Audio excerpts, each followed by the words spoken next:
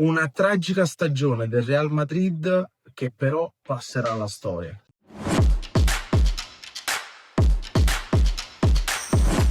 Infatti la stagione di quest'anno non verrà dimenticata molto presto dai tifosi del Real Madrid e ora vi spiego il perché.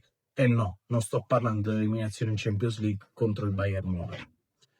Allora ragazzi, prima di dirvi il motivo per il quale questa stagione passerà alla storia, voglio andare per step, voglio iniziare a parlare, a fare questo mio video parlando dell'inizio di stagione, perché il Real Madrid è la seconda volta in pochi anni che prende una scelta anche a mio modo di vedere coraggiosa, ovvero prendere un giocatore, un allenatore che provi quantomeno a giocare a calcio. Lo sappiamo tutti che Real Madrid basa i suoi più grandi successi con un allenatore in panchina che è un grandissimo gestore di campioni, partendo da Ancelotti, passando per il poco esperto Zidane o José Mourinho, ma erano tutti e sono tutti allenatori che danno il loro meglio nel coalizzare il gruppo e creare un gruppo di guerrieri quasi che andrebbero in guerra per il proprio allenatore.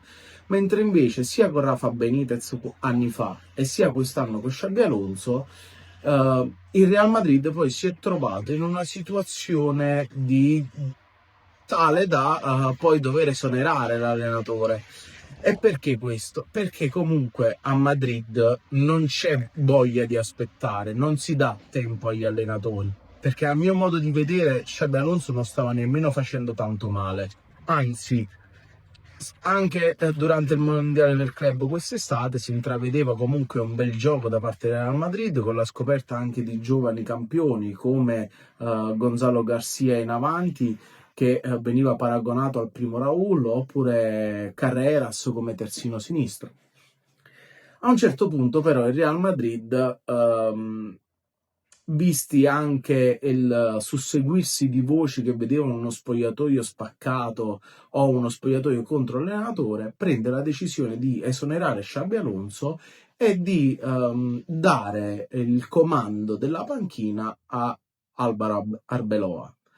Scelta che onestamente non capisco per due motivi. Uno, perché se ti serve un gestore di campioni, secondo me Arbeloa non ha il curriculum tale da poter fare una cosa del genere.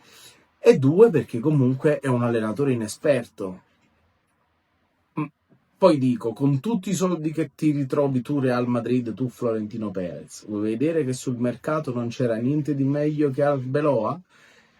E quindi da qui poi, da questo, arriviamo, diciamo, alla fine di questa stagione. In primis perché il Real Madrid si è allontanato sempre di più dalla vetta della classifica in Liga Spagnola, sia perché il Real Madrid viene eliminato in Coppa del Re e soprattutto perché prende, secondo me, sul piano del gioco due batoste dal Bayern Monaco incredibili, sia all'andata e sia anche al ritorno, secondo me, perché per quanto la sfida del ritorno possa essere sembrata equilibrata, alla fine il Bayern Monaco, quando ha fatto il Bayern Monaco, è stata più forte, fondamentalmente, è sembrata più squadra rispetto al Real Madrid, che mentre il Real Madrid invece cercava di vincerla con la forza dei singoli, mentre invece il Bayern Monaco è sembrata proprio più squadra, ecco, anche se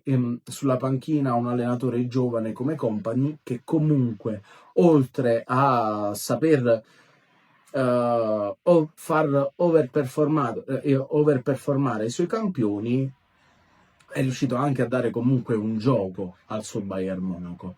E poi arriviamo a ieri sera, perché ieri sera c'è stato un evento storico che, pensate, non accadeva da 97 anni.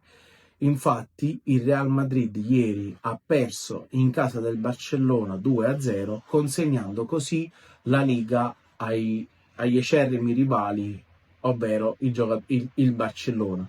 Ed era una cosa che non accadeva da 97 anni. Infatti pensate che erano 97 anni che la Liga non si decideva in un classico. 97 anni fa a favore del Real Madrid. Ieri si è raggiunto il punto più basso per quanto riguarda il Real Madrid, consegnando la Liga spagnola al Barcellona nel classico.